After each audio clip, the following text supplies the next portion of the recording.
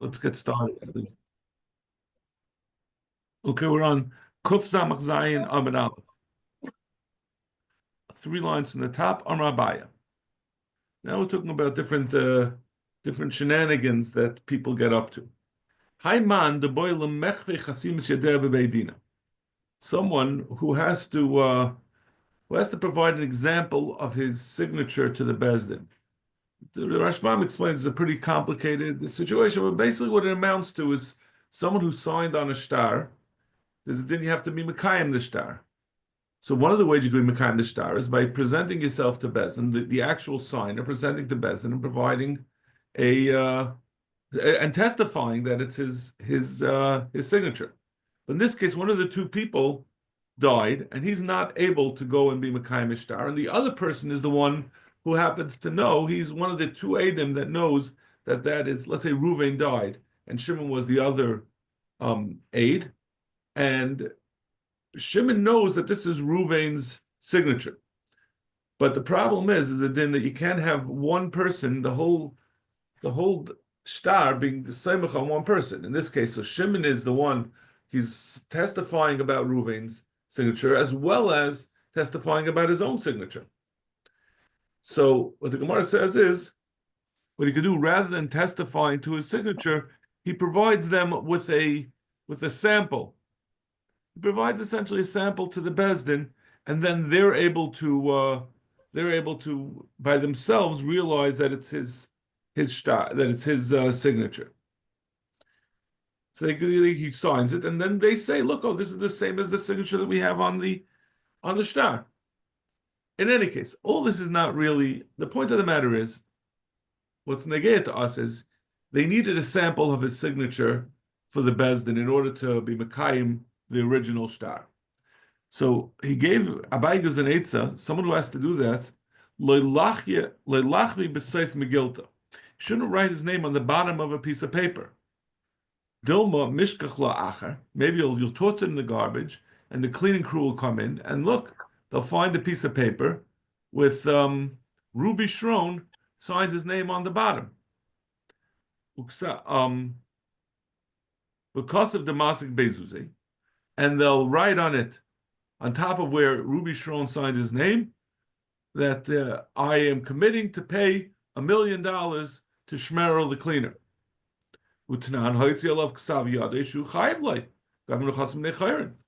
If someone has a signed piece of paper that person signed with his own handwriting, Ruvain wrote to Shimon a piece of paper, a star, saying, I am meshubed to give Shimon $1 million, so, and he signs his own name at the end, that he has to pay for Menasim Nechasim Nechayim. It doesn't have a din of a star to be Goyva Menachasim Mishubadim. You only go from Nechayim because you don't want someone to be able to take away. There's no way for a Lekeach to know about a star that was written without Eidim, but it can be used to be Goyva the money. So therefore, Abaye gave an Eitzah that if you're writing your name on a piece of paper, don't write it on the bottom, because you'll tempt someone else to grab that paper and write in a shibud on top of it. Hahug Bazvina, there was a tax collector or a toll collector. Also the Kamei Abaya. He came to Abaya. He was a dodgy character, this toll collector. Amalei, and he said to Abaya, Nichsali ma chasimis yadeh. He wanted to ingratiate himself with Abaya, and he had a whole plan. He said, could you, the grace of Rebbe, maybe you could write down your name for me? When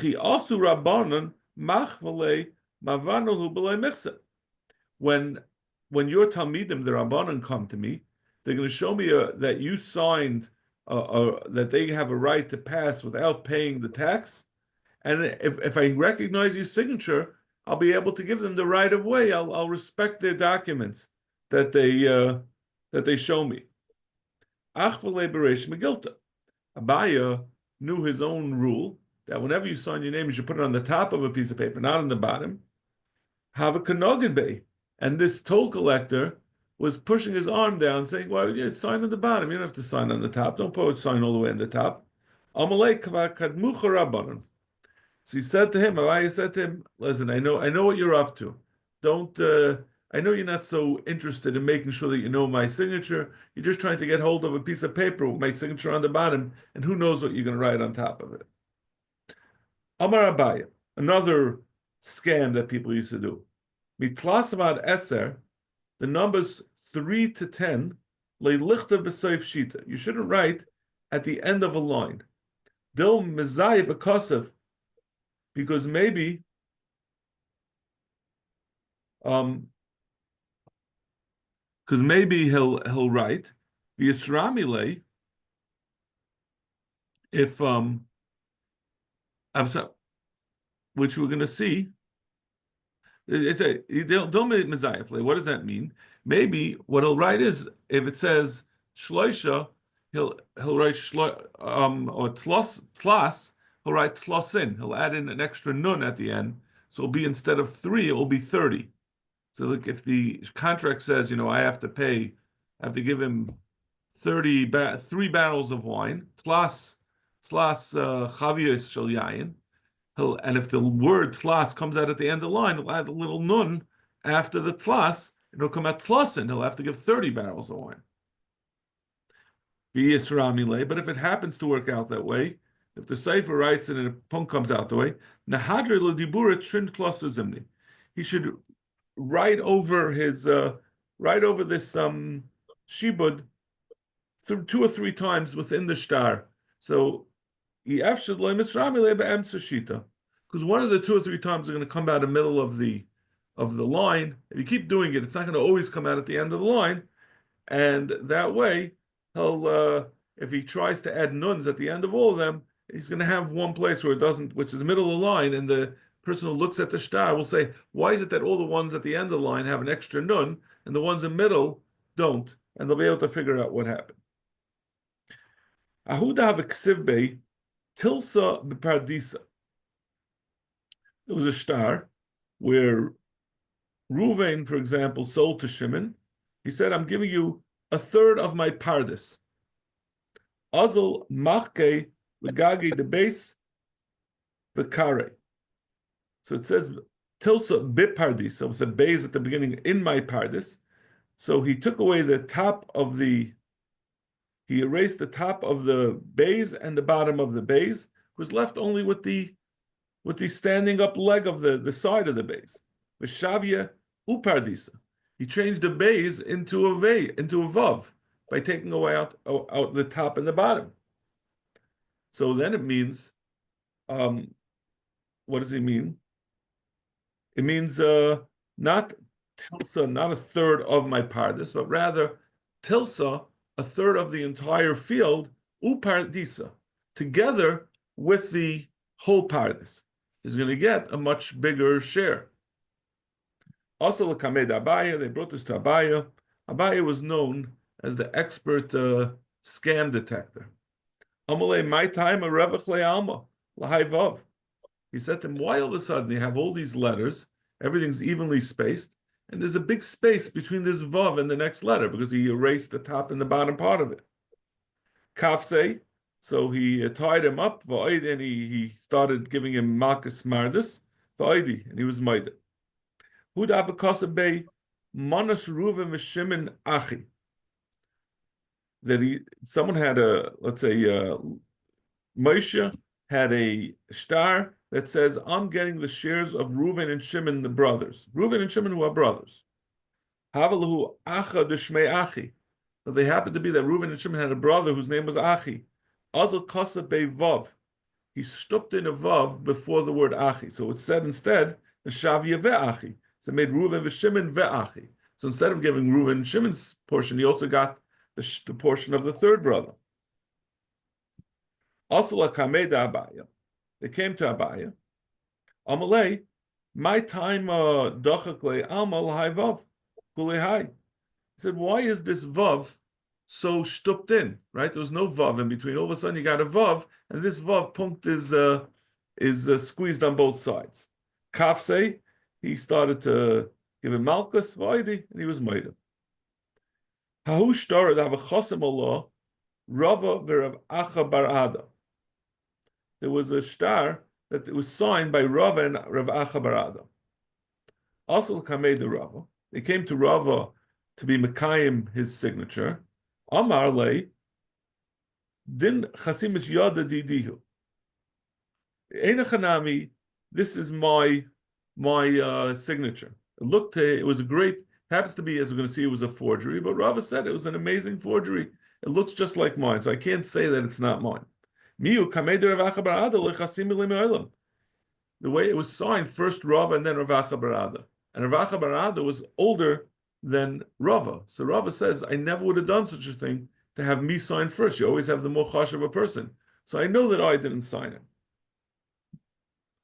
Kafse, so therefore he tied him to the old whipping post. And he was maida that he forged the signatures. Amalei Bishlam Adidi Zaifas. He said, I can understand how you could forge my name.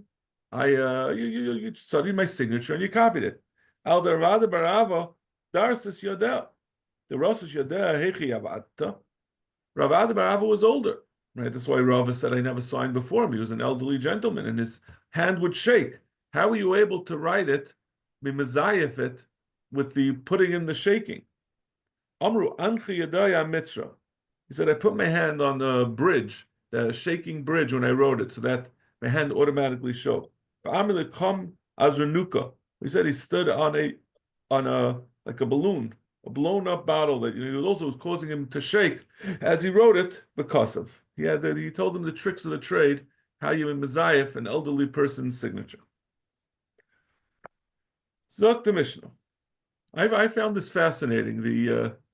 The cleverness, the pictures of the Amoraim, and also the indefatigable nature of scam artists. It hasn't changed in 2,000 years. Yeah. Like I'm just reading about WhatsApp scams. There's some kind of WhatsApp scam going on now. Like every day there's a new thing. I don't want to ever get old. When my children are saying I can't do my bills anymore because I'm going to give it all away. Zek the Mishnah. Kaisvin gedla ish afal pi she'ein ishta iman.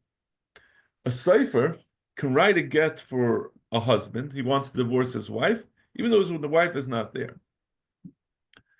Vashoiver liisha afal pi she'ein bai leimai.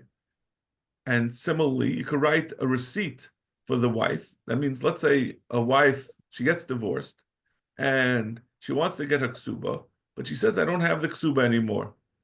So the husband says, okay, I'll pay you the 200 zuz, but I want to be sure you're not going to pop up in a month and say, look, I have a ksuba. When the man gets divorced, before paying the ksuba, he usually gets the ksuba. And she said, I didn't have it. She said, if you want to do that, so you have to give me a receipt so that you can't pop up with the ksuba later. So that you can do. So you can write these things because a get is totally within his discretion if he wants to give a get. She doesn't have a choice in the matter. And it's her, if she gets it into her possession, then she could get the ksuba. So it's up to him if he wants to have it written. So he's the one taking on the achrayus of watching the get. And similarly with the shaver, as long as she has the shaver, she can be goiva the ksuba. But if her husband gets a hold on it, and she's not going to be able to take it the ksuba, so if she asks to have it written, she's taking on herself the onus of watching over the shaver. However, this is only true as long as the cipher recognizes the husband who wants to have him write the get, or the isha who wants to write the shaver. The Gemara is going to explain, because otherwise someone could pull off another scam that we're going to say, like someone could have a get written, and then, even though he's not the one being Megureshes, and give it over to the other person's wife. He's not, so he'll make a deal with her. I'll get you the get, and then you can go be guy with the ksuba. So you have to recognize the husband who's asking for the get. Make sure that it's actually that husband who's the actual husband of this woman. Va'abal noisin schar. The husband is the one who has to pay for writing the get, because and for the shaver. The shaver he writes it because he's the one who's going to benefit from it. If he gets the shaver, then he'll be able to prove that she already paid the ksuba. The Gemara is going to explain later on why, even though it's really her benefit, she should write the get. Why he's the one who writes it. He pays for it. Sagt the Gemara, Kaisvin star leloiva. You can write a star to a loiva. You can write a loiva wants to go borrow money from a rich man, and he says, I want to make it as easy as possible for him. So I'm going to write the star in advance, and I'm being mishab myself. Now, again, the loiv is the one who's taking upon himself the onus of watching the star. If the star gets into the hand of the rich man, he could use it to get the loiva to pay him. Even though Malva's not with him, because it's all to the benefit of the Malva. There's no loss to him if you write a star. The ain't kaisvin the Malva. But you don't write for a Malva unless the loiva is there. If the loiva is there, then there's no. The loiva obviously could protest if he doesn't want the star written if he's there. But in either case, the loiva is the one who pays the schar, who's meshubah to pay the schar, because he's the one who's getting the loan. Kaisvin star lemoicher. You're going to get a similar.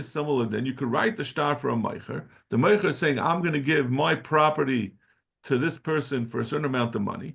So once the buyer gets his hand on it, he's able to take possession of that property.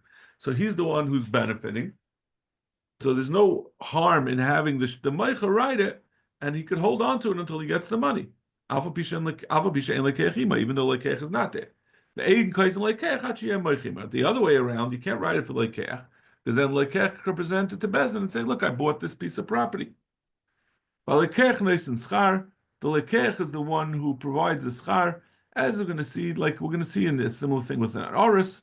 He's the one who's the purchaser, so to speak, is the one who's benefiting, who's considered to be benefiting, right? We always look at it that people want to have karka. I mean, I try to convince my married kids about this also. It's very important to own karka. And no one really wants to give up their karka. They're doing it because of money. So the advantage always is to the lekech. He's the one who's benefiting. We look at it as the one who's benefiting from a sale transaction. You can't read a star erison, meaning when people would be when a man would be makadosh and isha, he would often provide a piece of paper that says, in return for your agreeing for me to be makadosh you, I'm going to give you these gifts, or nesuin, or when they get married, which again, because he's by nesuin, he gives her the ksuba, which obligates him to pay her 200 zuz. Elabidashnein. This has to be both of them because it's an exchange, right? She has to agree. She's giving up her, in a sense, he's being makna her, right? Kedushin, when a man marries a woman in Jewish law, it's considered a kinyan. He's being kind to her. On the other hand, she's also getting the properties or whatever assets he's promised her by the erison and in the ksuba.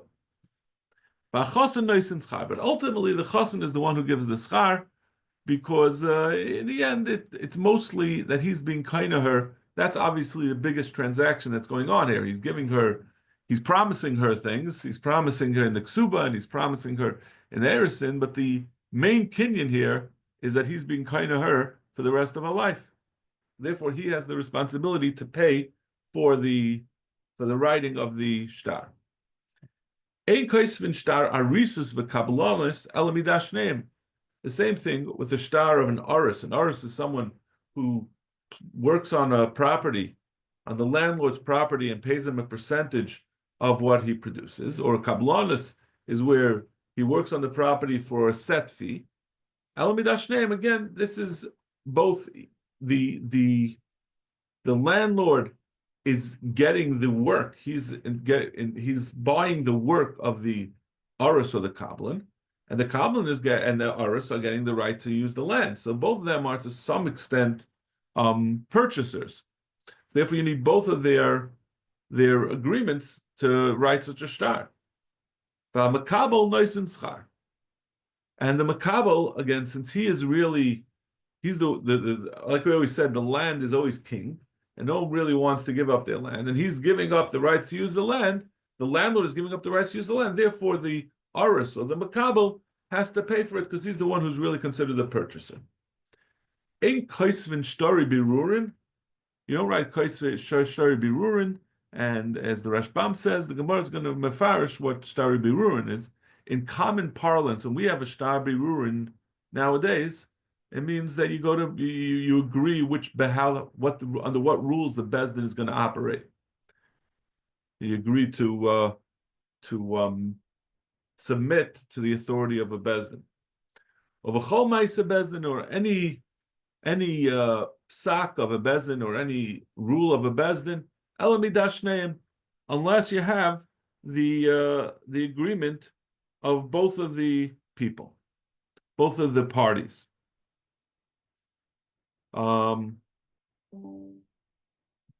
This is they give the example of like a foreclosure document, which you've had before in the past, that Bezdin will say after the time passes and the loiva doesn't pay up, the malva has a right to seize his karka. So the way it works is he doesn't just show up one day; he gets a star from the Bezdin saying that he has the right to take karka from the loiva. But that has to be with both of their assents. Ushneim naisen schar, and they share the cost of paying for it. Rav Shimon Gamliel says you're right for both of them. L'shneim koisnim shneim l'zel atzmei l'zel atzmei. You have to write two shtaros, one for each party. They each get their own, and the Gemara is going to explain what this machlok is about. Well, now we're going to go back to the original din we had said, right? In the beginning of the Mishnah, we said, and the shaver, you could write a shaver, you could write a receipt that the husband has received. Has paid the ksuba, the wife has received the ksuba, you could write it for the wife. Even though, in the case of the get, the wife is not there, in the case of the shaver, even though the husband is not there. We said, however, one of the requirement the Mishnah said was that even though you could write it for a get for the husband and a shayva for the isha without the presence of the other party, you have to recognize that this woman is saying, I'm married to Ruvain, and I want you to write a shayva that he gave me the money for my ksuba, and on his wife Rachel, you have to recognize that it's Taka Rachel married to Ruvain. And similarly, if Ruvain comes, I want to write a get to my wife Rachel, he has to recognize that this is Taka Ruvain, who's married to Rachel. That's mashma. You only have to know who the man is and the woman. And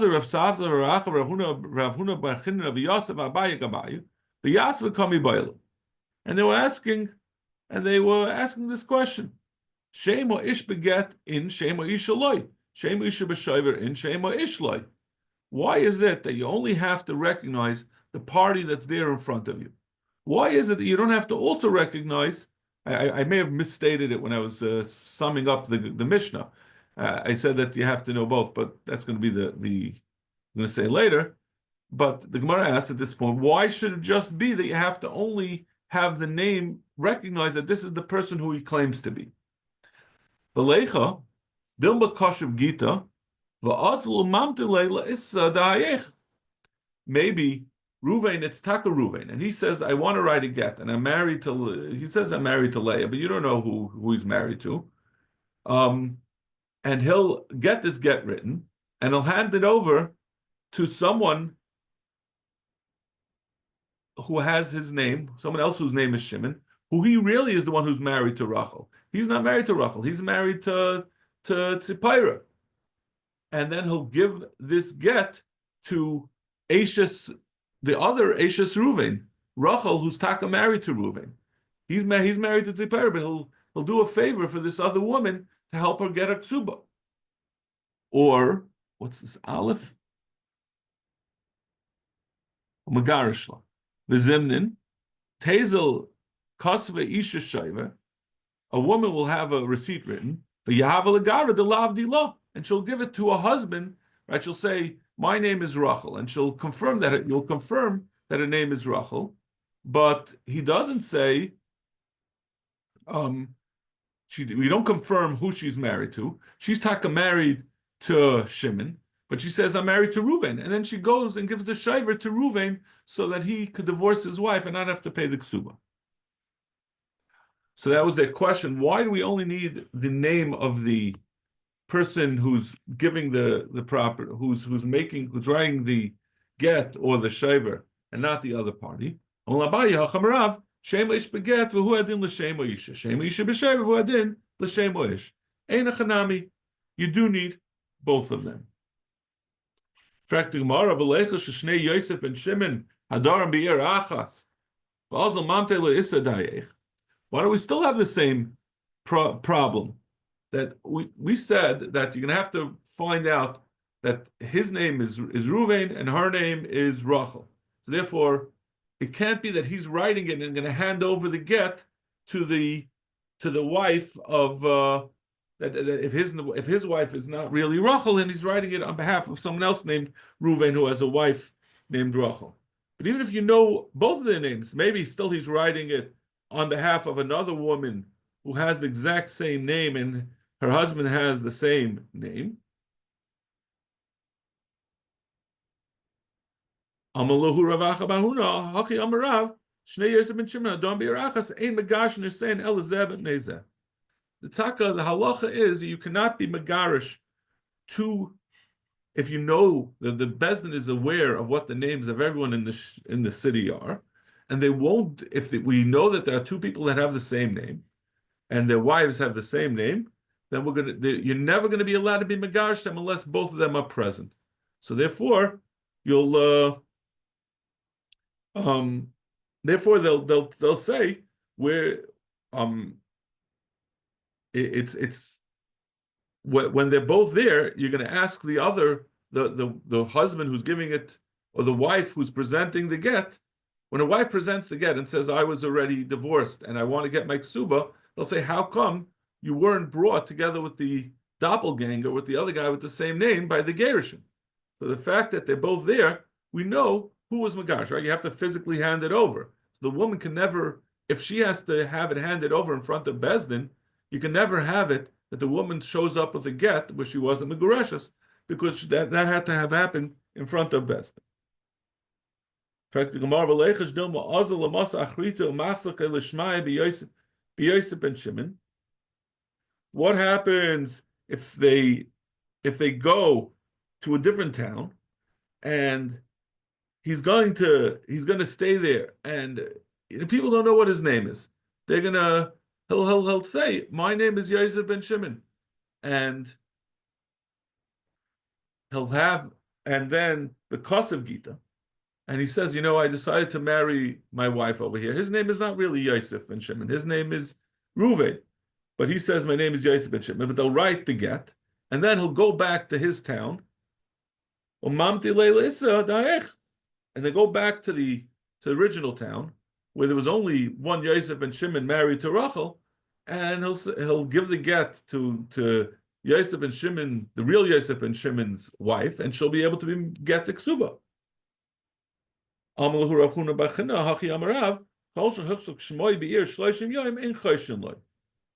He says that once someone lived in a town, it's very hard to keep a false name for more than 30 days.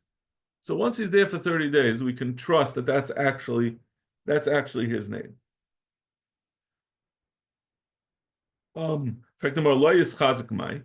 So what are we going to do? If this person, he comes to the town and after 2 weeks he says, I can't tolerate being with my wife anymore, but I just moved in and you have no way of proving, like I can't prove that that's my name, that you'll be able to give me a get, because the din is you have to wait for 30 days when he's mischazik.